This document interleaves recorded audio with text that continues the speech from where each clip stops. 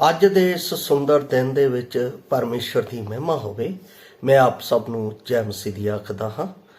ਅਸੀਂ ਅੱਜ ਦੇ ਵਚਨ ਦਾ ਮਨਨ ਕਰਨ ਤੋਂ ਪਹਿਲਾਂ ਪ੍ਰਾਰਥਨਾ ਵਿੱਚ ਜਾਵਾਂਗੇ। ਦਿਆਲੂ ਪ੍ਰਭੂ, ਤੂੰ ਕਿੰਨਾ ਮਹਾਨ ਅਤੇ ਸ਼ਕਤੀਸ਼ਾਲੀ ਪਰਮੇਸ਼ਰ ਹੈ, ਜੋ ਨਿਤ ਪ੍ਰਤੀ ਦਿਨ ਸਾਨੂੰ ਆਪਣੇ ਵਿੱਚ ਜਿਉਂਦਾ ਕਰਕੇ ਆਪਣੀ ਮਹਿਮਾ ਦੇ ਲਈ ਸਾਨੂੰ ਆਪਣੇ ਨੇੜੇ ਲਿਆਉਂਦਾ ਹੈ ਕਿ ਅਸੀਂ ਤੇਰੀ ਵਡਿਆਈ, ਤੇਰੀ ਉਸਤਤ, ਤੇਰੀ ਮਹਿਮਾ ਤੇਰੇ ਸਨਮੁਖ ਕਰ ਸਕੀਏ। ਅੱਜ ਜਦੋਂ ਤੇਰੇ ਵਚਨ ਦੇ ਨਾਲ ਅਸੀਂ ਤੇਰੇ ਸਨਮੁਖ ਆਈਏ ਤਾਂ ਸਾਨੂੰ ਆਪ ਦੇ ਮਹਿਮਾ ਵਾਲਾ ਜੀਵਨ ਜੀਉਣ ਦੇ ਲਈ ਆਪਣੀ ਤਾਕਤ ਤੇ ਅਤੇ ਸਾਨੂੰ ਜਿਉਂਦੀ ਆਸ ਦੇ ਵਿੱਚ ਬਣੇ ਰਹਿਣ ਦੇ ਲਈ ਪਰਮੇਸ਼ਰ ਪਿਤਾ ਆਪ ਦੇ ਵਚਨ ਦੇ ਅਨੁਸਾਰ ਜੀਵਨ ਜੀਣ ਦੇ ਲਈ ਮਦਦ ਕਰ, ਤਾਂ ਕਿ ਤੇਰੀ ਮਹਿਮਾ ਹੋ ਸਕੇ। ਤੂੰ ਸਾਡੇ ਵਿੱਚ ਵਧੇ ਤੇ ਅਸੀਂ ਘਟੀਏ। ਇਹ ਬੇਨਤੀ ਮਸੀਹ ਯਸੂ ਦੇ ਪਵਿੱਤਰ ਤੇ ਸਮਰਥੀ ਨਾਮ ਵਿੱਚ ਹੋ ਕੇ ਮੰਗਦੇ ਹਾਂ, ਆਮੀਨ। ਪਿਆਰੇ ਅਜ਼ੀਜ਼, ਅੱਜ ਦੇ ਜੋ ਵਚਨ ਦਾ ਭਾਗ ਹੈ ਉਹ ਮੈਂ ਰੋਮੀਆਂ ਦੀ ਪੁਸਤਕ ਉਸ ਦਾ 6 ਅਧਿਆਇ ਉਸ ਦੀ 1 ਅਤੇ 2 ਆਇਤ ਦੇ ਵਿੱਚੋਂ ਲਿਆ ਹੈ। ਇਹ ਜੋ ਭਾਗ ਹੈ, ਜਦੋਂ ਅਸੀਂ 3 ਅਧਿਆਇ ਤੋਂ ਲੈ ਕੇ ਇਸ ਦੇ 6 ਅਧਿਆਇ ਤੱਕ ਆਉਂਦੇ ਹਾਂ ਤਾਂ ਇਸ ਵਿੱਚ ਅਸੀਂ ਇੱਕ ਖੰਡ ਪੜ੍ਹਦੇ ਹਾਂ, ਜਸਟੀਫਿਕੇਸ਼ਨ ਦਾ ਜੋ ਮੀਨਿੰਗ ਹੈ, ਨਿਆਂ ਦੇ ਨਾਲ ਜੀਵਨ ਨੂੰ ਬਤੀਤ ਕਰਨਾ ਅਤੇ ਨਿਆਂ ਦਾ ਸਾਡੇ ਉੱਤੇ ਪ੍ਰਗਟ ਹੋਣਾ। ਪਾਪ ਦੇ ਵਿੱਚ ਉਹ ਪੌਲਸ ਰਸੂਲ ਇਹਨਾਂ 3 ਚੈਪਟਰ ਤੋਂ ਲੈ ਕੇ 6 ਚੈਪਟਰ ਤੱਕ ਪ੍ਰਗਟ ਕਰਦਾ ਹੈ। ਮੈਂ ਜਦੋਂ ਇਸ ਦਾ ਜੋ ਭਾਗ ਲਿਆ ਹੈ ਰੋਮੀਆਂ 6 ਅਧਿਆਇ 1 ਅਤੇ 2 ਆਇਤ ਦੇ ਵਿੱਚ, ਉਸੇ ਜਸਟੀਫਿਕੇਸ਼ਨ ਨੂੰ ਮੈਂ ਇਸ ਵਿੱਚ ਵੇਖਦਾ ਹਾਂ। ਪੌਲਸ ਰਸੂਲ ਕਹਿ ਰਿਹਾ ਹੈ, ਹੁਣ ਅਸੀਂ ਕੀ ਆਖੀਏ ਕਿ ਪਾਪ ਕਰਨ ਵਿੱਚ ਲੱਗੇ ਰਹੀਏ ਕਿ ਕਿਰਪਾ ਵਾਲੀ ਹੋਵੇ? ਕਦੇ ਨਹੀਂ। ਅਸੀਂ ਜਿਹੜੇ ਪਾਪ ਦੀ ਮਨੋਂ ਮੋਏ ਹੁਣ ਅਗਾਹਾਂ ਨੂੰ ਉਸ ਵਿੱਚ ਕਿੱਕਰ ਜੀਵਨ ਕੱਟੀਏ। ਇਹ ਜਿਹੜਾ ਖੰਡ ਹੈ, ਇਹ ਜਿਹੜਾ ਭਾਗ ਹੈ, ਪੌਲਸ ਰਸੂਲ ਜਦੋਂ ਇਸ ਨੂੰ ਲਿਖ ਰਿਹਾ ਹੈ ਤਾਂ ਇਸ ਦੀ ਲਿਖਣ ਦੀ ਸ਼ੈਲੀ ਦੇ ਵਿੱਚ ਪਤਾ ਲੱਗਦਾ ਹੈ ਕਿ ਜਿਹੜੇ ਲੋਕ ਤੌਬਾ ਕਰਕੇ ਮਸੀਹ ਦੇ ਵਿੱਚ ਆ ਗਏ ਸਨ, ਉਹਨਾਂ ਨੂੰ ਪੌਲਸ ਰਸੂਲ ਦੀ ਸਿੱਧੀ ਚੇਤਾਵਨੀ ਹੈ। ਜਿਹੜੇ ਤੌਬਾ ਕਰਕੇ ਮਸੀਹ ਵਿੱਚ ਆ ਗਏ ਸਨ ਔਰ ਉਸ ਦੇ ਵਿੱਚ ਜਿਹੜੇ ਪਾਪ ਕਰ ਰਹੇ ਸਨ, ਉਹਨਾਂ ਨੂੰ ਪੌਲਸ ਰਸੂਲ ਦੀ ਸਿੱਧੀ ਚੇਤਾਵਨੀ ਇਸ ਵਿੱਚ ਸਾਨੂੰ ਵੇਖਣ ਨੂੰ ਮਿਲਦੀ ਹੈ। ਇਸ ਦਾ ਜੋ ਮੈਂ ਵਿਸ਼ਾ ਲਿਆ ਹੈ ਉਹ ਹੈ ਇੱਕ ਵਿਸ਼ਵਾਸੀ ਦਾ ਜੈਵੰਤ ਜੀਵਨ ਜੀਣਾ। ਇੱਕ ਵਿਸ਼ਵਾਸੀ ਦਾ ਜੈਵੰਤ ਜੀਵਨ ਜੀਣਾ। ਔਰ ਜਦੋਂ ਮੈਂ ਇਸ ਖੰਡ ਨੂੰ ਪੜ੍ਹ ਰਿਹਾ ਹਾਂ ਤਾਂ ਪੌਲਸ ਰਸੂਲ ਕਹਿ ਰਿਹਾ, ਹੁਣ ਅਸੀਂ ਕੀ ਆਖੀਏ, ਪਾਪ ਕਰਨ ਵਿੱਚ ਲੱਗੇ ਰਹੀਏ? ਇਹ ਗੱਲ ਸਰੀਰਕ ਹੈ, ਕਿਉਂਕਿ ਪਾਪ ਸਰੀਰ ਦੇ ਵਿੱਚ ਕਿਰਿਆਸ਼ੀਲ ਹੈ। ਔਰ ਇਸ ਗੱਲ ਨੂੰ ਪੌਲਸ 7 ਅਧਿਆਇ ਦੇ ਵਿੱਚ ਜਦੋਂ ਅਸੀਂ ਪੜ੍ਹਦੇ ਹਾਂ ਤਾਂ ਉਹ ਬੜਾ ਸਾਫ਼ ਰੀਤੀ ਨਾਲ ਇਸ ਗੱਲ ਨੂੰ ਪ੍ਰਗਟ ਕਰਦਾ। ਕਹਿੰਦਾ, ਮੈਂ ਚੰਗਾ ਕਰਨਾ ਤਾਂ ਚਾਹੁੰਦਾ ਪਰ ਚੰਗਾ ਹੁੰਦਾ ਨਹੀਂ। ਕਿਉਂ? ਕਿਉਂਕਿ ਮੈਂ ਸਰੀਰ ਦੇ ਹੱਥ ਪਾਪ ਦੇ ਅਧੀਨ ਵਿਕਿਆ ਹੋਇਆ। ਔਰ ਇਹ ਸਵਾਲ ਸਰੀਰ ਵਿੱਚ ਪਾਪ ਦੀ ਮੌਜੂਦਗੀ ਦੀ ਪ੍ਰਵਾਨਗੀ ਹੈ। ਪਰਮੇਸ਼ਵਰ ਨੇ ਇਸ ਸਮੱਸਿਆ ਦਾ ਨਿਬੇੜਾ ਕਿਵੇਂ ਕੀਤਾ? ਸਾਡੇ ਕੋਲ ਕਿਹੜੇ ਵਸੀਲੇ ਹਨ ਕਿ ਅਸੀਂ ਪਾਪ ਉੱਤੇ ਜਿੱਤ ਵਾਲਾ ਜੀਵਨ ਜੀ ਸਕੀਏ? ਕਿਉਂਕਿ ਪੌਲਸ ਦੇਖ ਰਿਹਾ ਸੀ, ਪੌਲਸ ਦੇ ਰਾਹੀਂ ਪਵਿੱਤਰ ਆਤਮਾ ਅੱਜ ਦੇ ਵਿਸ਼ਵਾਸੀ ਜੀਵਨ ਦੇ ਹਾਲਾਤਾਂ ਨੂੰ इस वचन दे राही प्रगट कर रहा है। विश्वासी तो है पर है संसारिक। कोई नहीं, किरपा का युग है, माफी मंग लवांगे तो बच जावांगे। मेरे भरा अते भैन, मैं आपनू परमेश्वर पुत्र की एक सच्चाई बड़ी साफ दसना चाहता हाँ। जदों मैं मती दी अंजील उसका 7 अध्याय उसकी 21 तो 23 आयतां नूं पढ़दा हाँ तो वह परमेश्वर पुत्र की सीधी चेतावनी विश्वासियों के लिए लिखी हुई नजर आती है। उस विच प्रभु यीशु मसीह जी जिहड़े लोग ਉਹਦੇ ਵਿੱਚ जी रहे ने, ਉਹਦੇ ਵਿੱਚ जीवन जिउंदे ने, ਉਹਨਾਂ ਦੇ ਬਾਰੇ ਕੀ ਆਖਦਾ ਹੈ?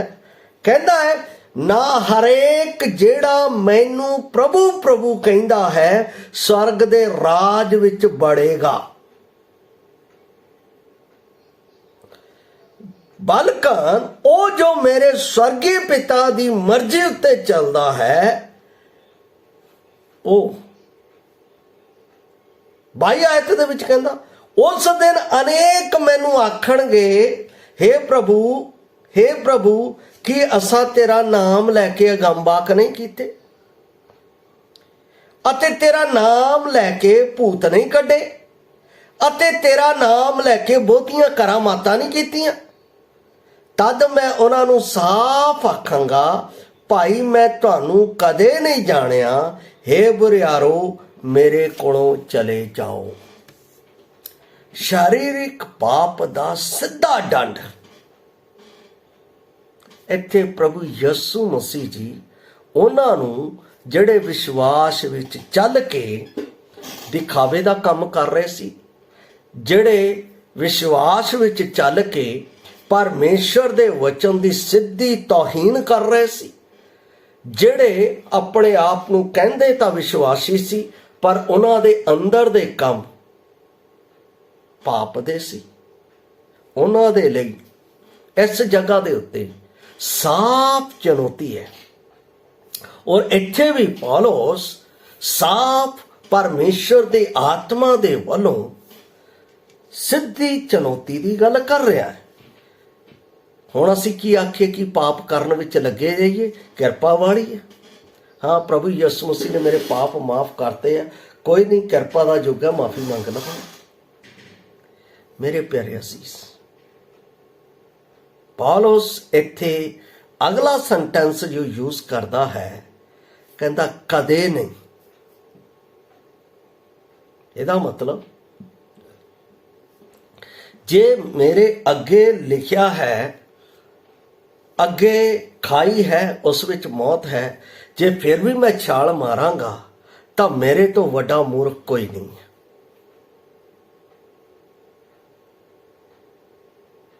किरपा हो गई है, किरपा दे नाल मैं बच गया हाँ, दैट इज राइट, ये ठीक है। पर मैं उस किरपा नूं जानदे होए उस किरपा दी उस सजा नूं जो परमेश्वर ने अपने पुत्र दे उत्ते मेरे बदले दिती है उसनूं जानदे होए भी पाप कर रहा हाँ, तां मैं परमेश्वर दे उस दिते होए बलिदान दा उपहास उड़ा रहे हैं। बाइबल दे विच इब्रानियां दी पुस्तक दे विच कुछ इस तरह लिखिया, मैं वो भी पढ़ रहा। इब्रानियां दी पुस्तक 6:6 दे विच परमेश्वर दा दास इहो पौलुस उस चेतावनी नूं मेरे विच इंज लिखदा है, मैं आप दे लई पढ़ रहा हाँ। इत्थे लिखदा है, कहंदा अते मगरों बेमुख हो गए तां उन्हां नूं तों फेर नवें सिरों तौबा कराउणी अनहोणी है, इसलिए जो ओ परमेश्वर दे पुत्र नूं अपनी वल्लों दूजी वार सलीब उत्ते चाढ़दे अते शरीरां बेपत करदे हन। समाज दे विच अपने लोकां दे विच मसीही लोकां दे विच ਪਰਮੇਸ਼ਵਰ ਦੇ ਕੀਤੇ ਹੋਏ ਬਲੀਦਾਨ ਦਾ ਉਪਹਾਸ ਉਡਾਉਂਦੇ ਆ। ਪਤਾ ਹੈ ਗਲਤ ਹੈ, ਪਤਾ ਹੈ ਇਸ ਲਾਈਨ ਨੂੰ ਕ੍ਰੋਸ ਕਰਨਾ ਮੌਤ ਹੈ, ਫਿਰ ਵੀ ਉਹ ਕਰ ਰਹੇ ਆ। ਕਈ ਲੋਕਾਂ ਨੂੰ ਇਹ ਵੇਖਿਆ ਹੈ, ਉਹ ਕਹਿੰਦੇ ਆ, ਉਹਨਾਂ ਦੇ ਵਿਖੇ ਇਸ ਤਰ੍ਹਾਂ ਕਿਹਾ ਜਾਂਦਾ ਕਿ ਮੈਂ ਤੌਬਾ ਕਰ ਲਈ ਆ, ਹੁਣ ਮੈਂ ਗਾਂ ਤੋਂ ਸ਼ਰਾਬ ਨਹੀਂ ਪੀਵਾਂਗਾ, ਹੁਣ ਮੈਂ ਕੋਈ ਨਸ਼ਾ ਨਹੀਂ ਕਰਾਂਗਾ, ਹੁਣ ਮੈਂ ਬੁਰੀਆਂ ਗੱਲਾਂ ਨਹੀਂ ਕਰਾਂਗਾ, ਹੁਣ ਮੈਂ ਗੰਦੀਆਂ ਗਾਲਾਂ ਨਹੀਂ ਕੱਢਾਂਗਾ, ਹੁਣ ਮੈਂ ਕਿਸੇ ਨੂੰ ਧੋਖਾ ਨਹੀਂ ਦਿਆਂਗਾ, ਹੁਣ ਮੈਂ ਪ੍ਰਭੂ ਦੇ ਦਿਨ ਨੂੰ ਪਵਿੱਤਰ ਜਾਣਾਂਗਾ, ਪ੍ਰਭੂ ਦੀ ਹਜ਼ੂਰੀ ਵਿੱਚ ਜਾਵਾਂਗਾ, ਪ੍ਰਭੂ ਦੇ ਨਾਲ ਸੰਗਤ ਕਰਾਂਗਾ। ਪਰ ਜਦੋਂ ਕਰ ਬੈਠਦਾ ਹੈ, ਉਹਦੇ ਨਾਲ ਵਫਾਦਾਰੀ ਵਿੱਚ ਨਹੀਂ ਚੱਲਦਾ ਔਰ ਪਾਪ ਕਰਦਾ ਹੈ, ਤਾਂ ਪੌਲਸ ਦਾ ਰਸੂਲ ਕਹਿੰਦਾ ਹੈ ਕਦੇ ਨਹੀਂ। ਇਸ ਲਈ ਮੈਂ ਇੱਥੇ ਆਪ ਦੇ ਨਾਲ ਇਸ ਵਿਚਾਰ ਨੂੰ ਕਰ ਰਿਹਾ ਹਾਂ ਕਿ ਪਰਮੇਸ਼ਵਰ ਨੇ ਸਾਡੇ ਪਾਪ ਦਾ ਨਿਬੇੜਾ, ਸਾਡੇ ਪਾਪ ਦੀ ਸਮੱਸਿਆ ਦਾ ਨਿਬੇੜਾ ਕਾਲਵਰੀ ਕਰੂਸ ਦੇ ਉੱਤੇ ਕੀਤਾ ਹੈ। ਸਾਡੇ ਕੋਲ ਕਿਹੜੇ ਵਸੀਲੇ ਹਨ ਜੋ ਅਸੀਂ ਪਾਪ ਉੱਤੇ ਜਿੱਤ ਪ੍ਰਾਪਤ ਕਰੀਏ, ਪਾਪ ਉੱਤੇ ਜਿੱਤ ਪ੍ਰਾਪਤ ਕਰੀਏ।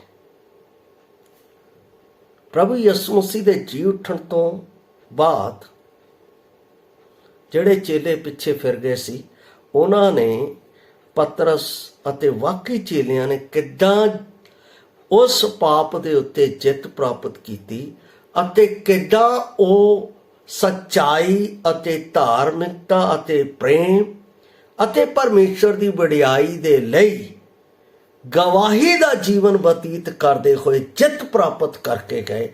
ਅਸੀਂ ਪੱਤਰੀਆਂ ਵਿੱਚ ਪੜ੍ਹਦੇ ਹਾਂ, ਰਸੂਲਾਂ ਦੇ ਕਰਤੱਵ ਵਿੱਚ ਪੜ੍ਹਦੇ ਹਾਂ। ਧਿਆਨ ਦੇਣ ਯੋਗ ਗੱਲ ਹੈ। ਪਹਿਲੀ ਗੱਲ ਅਸੀਂ ਇਹ ਦੇਖਦੇ ਹਾਂ ਕਿ ਜਦ ਮਸੀਹ ਸਲੀਬ ਉੱਤੇ ਮਰਿਆ, ਅਸੀਂ ਪਰਮੇਸ਼ਵਰ ਦੇ ਨਿਆਇਕ ਕੰਮ ਸਦਕਾ ਅਸੀਂ ਪਾਪ ਦੇ ਸੰਬੰਧ ਵਿੱਚ ਮਰ ਗਏ। ਜਦੋਂ ਸਲੀਬ ਦੇ ਉੱਤੇ ਮਰਿਆ, ਮੈਂ ਉਸ ਨੂੰ ਆਪਣਾ ਮੁਕਤੀਦਾਤਾ ਮੰਨ ਲਿਆ, ਤਾਂ ਮੈਂ ਸਲੀਬ ਦੇ ਉੱਤੇ ਮਰ ਗਿਆ। ਪੌਲਸ ਇਹੀ ਕਹਿੰਦਾ ਗਲਾਤੀਆਂ 2 ਦਾ ਵਿੱਚ, ਹੁਣ ਮੈਂ ਜ਼ਿੰਦਾ ਨਹੀਂ, ਹੁਣ ਮੇਰੇ ਵਿੱਚ ਮਸੀਹ, ਮੈਂ ਖਤਮ ਹੋ ਗਿਆ।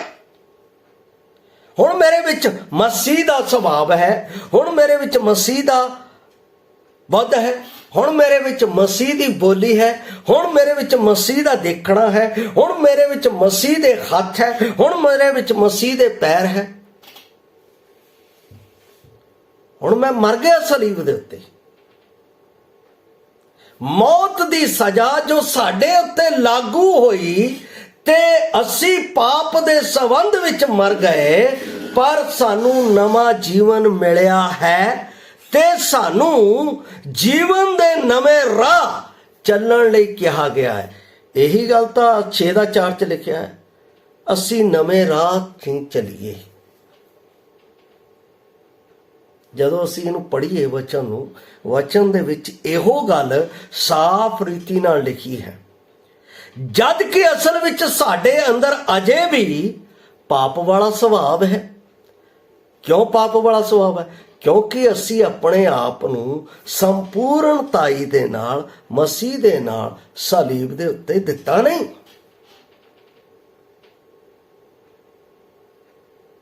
ਸਾਡੇ ਭਾਈ ਇੱਕ ਆਏ ਹੋਏ ਸੀ, ਉਹਨਾਂ ਨੇ ਇੱਕ ਗੱਲ ਦੱਸੀ, ਮੈਨੂੰ ਬੜੀ ਅਚਰਜ ਅਤੇ ਮੇਰੇ ਲਈ ਵੀ ਇੱਕ ਸਿੱਖਿਆ ਦਾ ਕਾਰਨ ਬਣੀ। ਉਹਨਾਂ ਨੇ ਕਿਹਾ ਕਿ ਮੈਨੂੰ ਇੱਕ ਕਲੀਸਿਆ ਦੇ ਵਿੱਚ ਬੁਲਾਇਆ ਗਿਆ, ਉੱਥੇ ਬੈਪਟਾਈਜ਼ ਦੀ ਸਰਵਿਸ ਸੀ ਤੇ ਉਹਨਾਂ ਦੀ ਮੈਂ ਗਵਾਹੀ ਸੁਣੀ। ਉਸ ਗਵਾਹੀ ਦੇ ਵਿੱਚ ਉਹਨਾਂ ਦਾ ਇਕਰਾਰ ਵੀ ਸੁਣਿਆ। ਇਕਰਾਰ ਸੁਣਨ ਤੋਂ ਬਾਅਦ ਉਹਨਾਂ ਨੂੰ ਬੈਪਟਾਈਜ਼ ਦਿੱਤਾ ਗਿਆ। ਬੈਪਟਾਈਜ਼ ਹੋ ਗਿਆ, 10-12 ਭਾਈ ਭੈਣਾਂ ਦਾ ਸੀ, ਹੋ ਗਿਆ। ਤੇ ਸਾਡੇ ਵਿੱਚ ਬਾਅਦ ਚੋਂ ਕੁਝ ਜਵਾਨ ਆ ਕੇ ਕਿਹਾ, ਬ੍ਰਦਰ ਤੁਸੀਂ ਇੱਕ ਗੱਲ ਨੋਟ ਕੀਤੀ ਹੈ ਕਿ ਉਹ ਫਲਾਣੇ ਭਾਈ ਦਾ ਸਾਰਾ ਸਰੀਰ ਡੁੱਬ ਗਿਆ ਪਰ ਉਹਦਾ ਹੱਥ ਬਾਹਰ ਸੀ। ਕਹਿੰਦੇ ਅਸੀਂ ਇਹ ਗੱਲ ਤਾਂ ਨੋਟ ਨਹੀਂ ਕੀਤੀ। ਫਿਰ ਐਲਡਰਾਂ ਨੂੰ ਪੁੱਛਿਆ, ਐਲਡਰਾਂ ਨੇ ਵੀ ਗੱਲ ਕੀਤੀ। ਉਹਨਾਂ ਨੇ ਕਿਹਾ ਅਸੀਂ ਵੀ ਗੱਲ। ਫਿਰ ਉਹਨਾਂ ਨੇ ਮੂਵੀ ਬਕਾਇਦਾ ਪ੍ਰੂਫ ਦੇ ਤੌਰ ਤੇ ਦਿਖਾਈ। ਜਦੋਂ ਇਹ ਗੱਲ ਦੇਖੀ ਤਾਂ ਉਸ ਭਾਈ ਦੇ ਕੋਲ ਗਏ, ਤੁਸੀਂ ਆਪਣੇ ਆਪ ਨੂੰ ਸੰਪੂਰਨ ਕਿਉਂ ਨਹੀਂ ਡੁਬੋਇਆ? ਜਦ ਕਿ ਬਾਈਬਲ ਇਹ ਸਿਖਾਉਂਦੀ ਆ, ਤੁਸੀਂ ਸਿੱਖਿਆ ਲਈ ਹੈ। ਉਹਨੇ ਕਿਹਾ ਮੇਰੇ ਵਿੱਚ ਇੱਕ ਆਦਤ ਹੈ ਬੀੜੀ ਪੀਣ ਦੀ, ਇਸ ਲਈ ਮੈਂ ਬਾਕੀ ਕੰਮ ਤਾਂ ਛੱਡ ਦੇਵਾਂਗਾ ਪਰ ਬੀੜੀ ਨਹੀਂ ਮੈਂ ਛੱਡ ਸਕਦਾ, ਇਸ ਲਈ ਮੈਂ ਇਹ ਹਿੱਸਾ ਬਾਹਰ ਹੀ ਰੱਖਿਆ। ਸਮਝਦੇ ਹੋ? ਸਰੀਰ ਦੇ ਅੰਦਰ ਪਾਪ ਦਾ ਸੁਭਾਅ ਹੈ, ਉਹਨੂੰ ਮਾਰਨਾ ਪਏਗਾ ਸੂਲੀ ਉੱਤੇ। ਜਦ ਤੱਕ ਅਸੀਂ ਉਹਨੂੰ ਸੂਲੀ ਤੇ ਨਹੀਂ ਮਾਰਾਂਗੇ ਤਦ ਤੱਕ ਸਾਡੇ ਵਿੱਚ ਮਸੀਹ ਦਾ ਜਿੱਤ ਵਾਲਾ ਜੀਵਨ ਸਾਡੇ ਵਿੱਚ ਉਦੈ ਨਹੀਂ ਹੋਵੇਗਾ।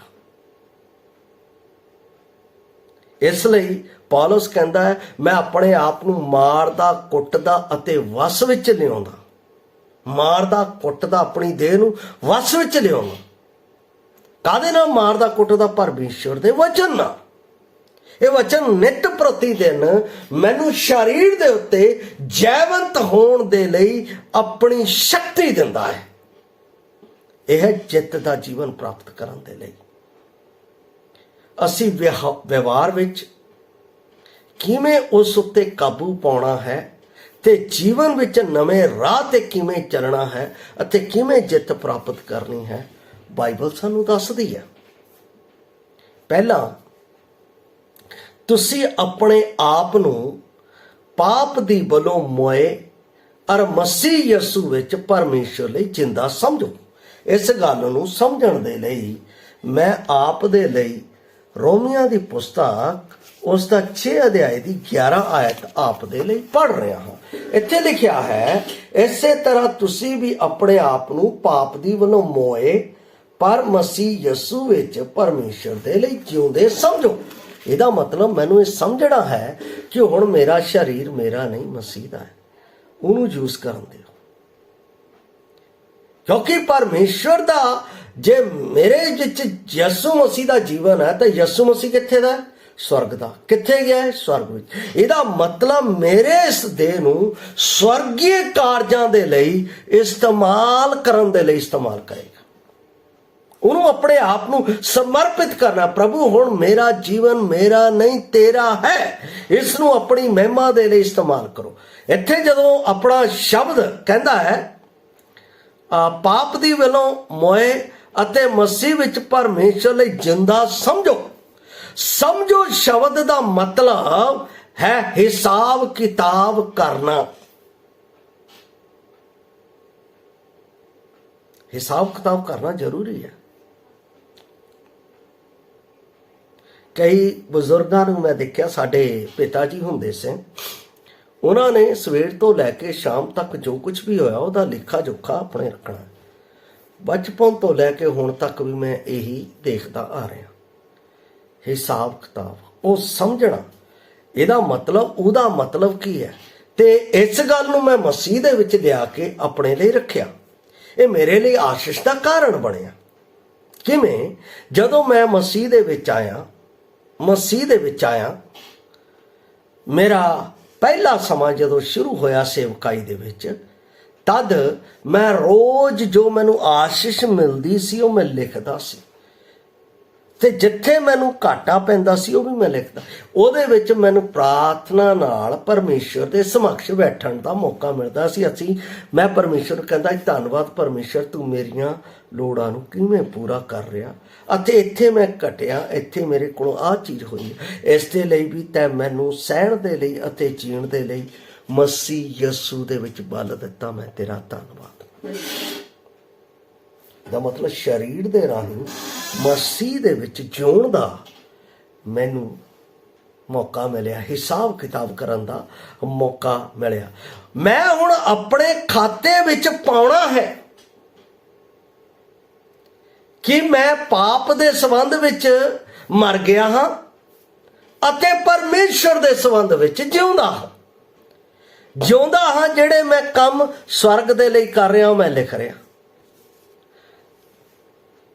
जिथे मैं गलत हो गया, कुछ हो गया, वो भी लिखदा।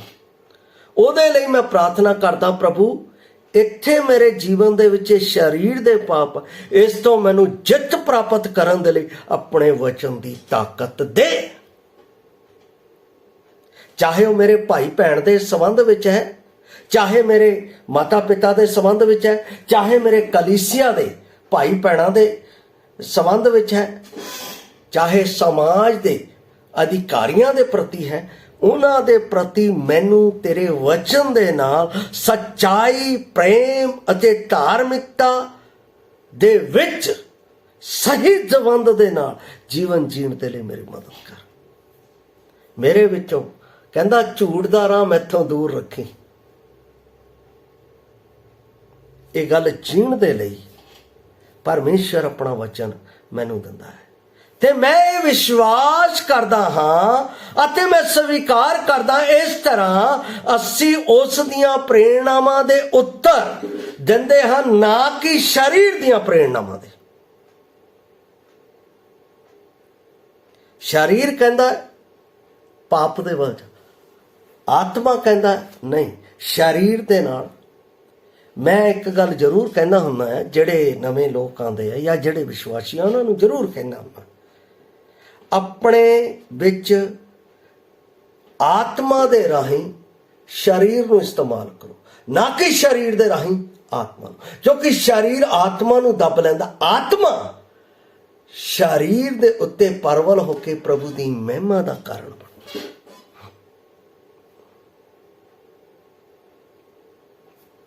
ਯਾਕੂਬ ਵੀ ਇਹੀ ਗੱਲ ਕਹਿੰਦਾ, ਕਹਿੰਦਾ ਸਰੀਰ ਅਮਲਾਂ ਵਾਜੋਂ ਮੁਰਦਾ ਹੈ। ਅਮਲ ਦੀ ਗੱਲ ਕੀ ਕਰਦਾ ਹੈ? ਪਰਮੇਸ਼ਰ ਦੇ ਵਚਨ ਦੇ ਵਿੱਚ ਜਦੋਂ ਅਸੀਂ ਉਸ ਨੂੰ ਆਪਣੇ ਸਰੀਰ ਵਿੱਚ ਅਮਲ ਕਰਦੇ ਹਾਂ ਤਾਂ ਅਸੀਂ ਪਰਮੇਸ਼ਰ ਦੇ ਸਵਰਗੀ ਰਾਜ ਦੇ ਵਿੱਚ ਮਸੀਹ ਯਸੂ ਦਾ ਜੀਵਨ ਆਪਣੇ ਵਿੱਚ ਯੂਜ਼ ਕਰਦੇ ਹਾਂ। ਇਸੇ ਕਰਕੇ ਤਾਂ ਪੌਲਸ ਕਹਿ ਸਕਿਆ, ਹੁਣ ਮੈਂ ਜਿਉਂਦਾ ਨਹੀਂ, ਮੇਰੇ ਵਿੱਚ ਮਸੀਹ ਜਿਉਂਦਾ ਹੈ। ਜਦੋਂ ਮੈਂ ਉਸ ਦੇ ਗਲਾਤੀਆਂ ਦੇ ਵਚਨ ਦੇ ਵਿੱਚ ਜਾਂਦਾ ਹਾਂ ਤਾਂ ਗਲਾਤੀਆਂ 6 ਅਧਿਆਏ ਦੀ ਜਦੋਂ ਮੈਂ ਉਸ ਦੀ 8 ਆਇਤ ਦੇ ਉੱਤੇ ਗੌਰ ਕਰਦਾ ਹਾਂ ਤਾਂ ਕਹਿੰਦਾ ਜਿਹੜਾ ਆਪਣੇ ਸਰੀਰ ਲਈ ਬੀਜਦਾ ਉਹ ਸਰੀਰ ਨੂੰ ਵਿਨਾਸ਼ ਨੂੰ ਵੱਢੇਗਾ, ਅਤੇ ਜਿਹੜਾ ਆਤਮਾ ਲਈ ਬੀਜ ਉਹ ਆਤਮਾ ਤੋਂ ਸਦੀਪਕ ਜਿਉਣ ਨੂੰ ਵੱਢੇਗਾ। ਕਿੰਨੀ ਵੱਡੀ ਗੱਲ ਹੈ। ਪੌਲਸ ਇੱਥੇ ਐਵੇਂ ਨਹੀਂ ਇਹ ਗੱਲਾਂ ਕਰ ਰਿਹਾ, ਚੁਣੌਤੀ ਹੈ ਮੈਨੂੰ ਅਤੇ ਵਿਸ਼ਵਾਸੀ ਜਿਹੜੇ ਪ੍ਰਭੂ ਦੇ ਵਿੱਚ ਨਵੇਂ ਵਚਨ ਨੂੰ ਸੁਣ ਰਹੇ ਆ, ਉਹਨਾਂ ਦੇ ਲਈ ਵੀ ਇਹ ਪਰਮੇਸ਼ਰ ਦੀ ਇੱਕ ਚੁਣੌਤੀ ਹੈ। ਪਰਮੇਸ਼ਰ ਨੇ ਕਿਰਪਾ ਦਾ ਕੰਮ ਸਰਵੱਤ ਸ੍ਰਿਸ਼ਟੀ ਦੇ ਮਨੁੱਖਾਂ ਲਈ ਕਰ ਦਿੱਤਾ ਹੈ। ਹੁਣ ਉਹ ਪਾਪ ਦਾ ਜੀਵਨ ਨਹੀਂ ਜੀਣਾ ਹੈ, ਹੁਣ ਮਸੀਹ ਯਸੂ ਦੇ ਵਿੱਚ ਧਾਰਮਿਕਤਾ ਦਾ ਜੀਵਨ ਜੀਣਾ। ਧਾਰਮਿਕਤਾ ਦਾ ਮਤਲਬ ਇੰਗਲਿਸ਼ ਦੇ ਵਿੱਚ ਕਹਿੰਦੇ ਆ ਰਾਈਚਸਨੈਸ। ਰਾਈਚਸਨੈਸ ਦਾ ਮਤਲਬ ਸਹੀ ਸੰਬੰਧ, ਮੇਰਾ ਪਰਮੇਸ਼ਰ ਦੇ ਨਾਲ ਠੀਕ ਸੰਬੰਧ ਹੋਣਾ। ਜੇ ਪਰਮੇਸ਼ਰ ਦੇ ਨਾਲ ਮਸੀਹ ਯਸੂ ਦੇ ਵਿੱਚ ਮੇਰਾ ਸਹੀ ਸੰਬੰਧ ਨਹੀਂ ਹੈ ਤਾਂ ਮੇਰੇ ਜੀਵਨ ਦੇ ਵਿੱਚ ਸਵਾਲੀਆ ਨਿਸ਼ਾਨ ਹੈ ਕਿ ਮੈਂ ਪਰਮੇਸ਼ਰ ਦੇ ਸੱਜੇ ਰਾਜ ਵਿੱਚ ਹਾਂ ਜਾਂ ਨਹੀਂ। ਪਰਮੇਸ਼ਰ ਉਸ ਦਾ ਨਿਆਂ ਦੰਡ ਸਿੱਧਾ ਹੀ ਪ੍ਰਗਟ ਕਰੇਗਾ। ਦੂਸਰਾ, ਮੈਂ ਆਪ ਦੇ ਲਈ ਫਟਾਫਟ ਕਰ ਰਿਹਾ, ਆਪਣੇ ਆਪ ਨੂੰ ਮੁਰਦਿਆਂ ਵਿੱਚੋਂ ਜੀ ਉੱਠੇ ਹੋਏ ਜਾਣ ਕੇ ਪਰਮੇਸ਼ਰ ਨੂੰ ਸੌਂਪ ਦੇਣਾ। ਜਿੱਥੇ ਹੁਣ ਮੈਂ ਮਸੀਹ ਵਿੱਚ ਜੀ ਉੱਠਿਆ, ਹੁਣ ਮੈਂ ਜਿੰਦਾ ਨਹੀਂ, ਮੇਰੇ ਵਿੱਚ ਮਸੀਹ ਜਿੰਦਾ। ਜਦੋਂ ਅਸੀਂ ਰੋਮੀਆਂ ਦੀ ਪੁਸਤਕ 6 ਅਧਿਆਏ ਉਸ ਦੀ 13 ਆਇਤ ਨੂੰ ਪੜ੍ਹਦੇ ਹਾਂ ਤਾਂ ਇਹ ਗੱਲ ਉੱਥੇ ਲਿਖੀ ਹੋਈ ਮਿਲਦੀ ਹੈ। ਅਤੇ ਆਪਣੇ ਅੰਗ ਕੁਧਰਮ ਦੇ ਹਥਿਆਰ ਬਣਾ ਕੇ ਪਾਪ ਨੂੰ ਨਾ ਸੌਂਪੋ, ਸਗੋਂ ਆਪਣੇ ਆਪ ਨੂੰ ਮੁਰਦਿਆਂ ਵਿੱਚੋਂ ਜੀ ਉੱਠੇ ਹੋਏ ਜਾਣ ਕੇ ਪਰਮੇਸ਼ਰ ਨੂੰ ਸੌਂਪ ਦਿਓ ਅਤੇ ਆਪਣੇ ਅੰਗ ਧਰਮ ਦੇ ਹਥਿਆਰ ਬਣਾ ਕੇ ਪਰਮੇਸ਼ਰ ਨੂੰ ਸੌਂਪ ਦਿਓ। ਇਹਦਾ ਮਤਲਬ ਆਪਣੇ ਸਰੀਰ ਨੂੰ, ਜਿਹੜਾ ਪਾਪ ਨੂੰ, ਉਹ ਪਰਮੇਸ਼ਰ ਦੇ ਹੱਥ ਵਿੱਚ ਸੌਂਪ ਦੇਣਾ, ਭਾਵ ਪ੍ਰਭੂ ਯਿਸੂ ਮਸੀਹ ਦੇ ਵਿੱਚ ਜੀਵਤ ਹੋ ਕੇ ਜੀਵਨ ਜੀਣਾ। ਜਦ ਅਸੀਂ ਸੜਕ ਉੱਤੇ ਰਸਤਾ ਦੇਣ ਵਾਲੇ ਨਿਸ਼ਾਨ ਵੇਖਦੇ ਹਾਂ ਤਾਂ ਉਹਦੇ ਵਿੱਚ ਅਸੀਂ ਦੇਖਦੇ ਹਾਂ ਇਹ ਮੈਨੂੰ ਆਹ ਚੀਜ਼ ਬਾਰੇ ਦੱਸਦਾ, ਇਹ ਨਿਸ਼ਾਨ ਬਾਈਬਲ ਹੈ। ਬਾਈਬਲ ਦੇ ਵਿੱਚ ਲਿਖੇ ਇੱਕ ਇੱਕ ਸ਼ਬਦ ਹੈ। ਇਹਦਾ ਮਤਲਬ ਅਸੀਂ ਬਾਈਬਲ ਦੇ ਲਿਖੇ ਹੋਏ ਇੱਕ ਇੱਕ ਸ਼ਬਦ ਦੇ ਉਸ ਸਥਾਨ ਨੂੰ ਸਥਾਨ ਦੇਣਾ ਹੈ, ਆਪਣੇ ਆਪ ਨੂੰ ਸਥਾਨ ਨਹੀਂ ਦੇਣਾ। ਜਦੋਂ ਅਸੀਂ ਇਸ ਤਰ੍ਹਾਂ ਕਰਦੇ ਹਾਂ ਤਾਂ ਸਾਡੇ ਵਿੱਚ ਪਰਮੇਸ਼ਵਰ ਦਾ ਪਿਆਰ ਅਤੇ ਪਰਮੇਸ਼ਵਰ ਦੀ ਬਰਕਤ ਸਾਡੇ ਜੀ। ਜਦੋਂ ਅਸੀਂ ਨਹੀਂ ਕਰਦੇ ਹਾਂ ਤਾਂ ਉਹਦਾ ਕ੍ਰੋਧ ਆਉਂਦਾ ਹੈ। ਇਸ ਲਈ ਅਸੀਂ ਆਗਿਆਕਾਰੀ ਪੁੱਤਰਾਂ ਦੀ ਤਰ੍ਹਾਂ ਪਰਮੇਸ਼ਵਰ ਦੀ ਆਸ਼ੀਸ਼ ਨੂੰ ਆਪਣੇ ਜੀਵਨ ਵਿੱਚ ਹੱਥ ਕਰਨਾ ਹੈ। ਇਹਦਾ ਮਤਲਬ, ਮੈਂ ਆਪ ਨੂੰ ਸੌਂਪਣ ਦਾ ਮਤਲਬ ਆਪ ਨੂੰ ਦੱਸਣਾ ਚਾਹੁੰਦਾ ਹਾਂ। ਇਹਦਾ ਮਤਲਬ ਆਪਣੇ ਜੀਵਨਾਂ ਵਿੱਚ ਉਸ ਨੂੰ ਰਾਹ ਦੇ ਲਈ ਹੱਕ ਦੇਣਾ।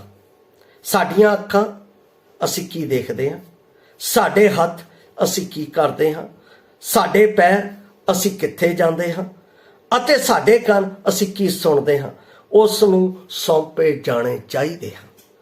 ਤਦ ਇੱਕ ਇੱਕ ਚੀਜ਼ ਦਾ ਅਰਥ ਸਾਡੇ ਜੀਵਨ ਦੇ ਵਿੱਚ ਪਰਮੇਸ਼ਵਰ ਦੇ ਵਚਨ ਦੇ ਨਾਲ ਉਸ ਦੇ ਸਵਰਗੀ ਰਾਹ ਦੇ ਵਿੱਚ ਨਿਕਲੇਗਾ ਤੇ ਹਰ ਇੱਕ ਸਾਨੂੰ ਉਸ ਦੀ ਮਹਿਮਾ ਨੂੰ ਪ੍ਰਗਟ ਕਰੇਗਾ। ਆਖਿਰ ਵਿੱਚ ਅਸੀਂ ਪਵਿੱਤਰ ਆਤਮਾ ਦੇ ਅਨੁਸਾਰ ਜਾਂ ਉਸ ਦੀ ਸਮਰੱਥਾ ਦੇ ਵਿੱਚ ਚੱਲਣਾ ਹੈ।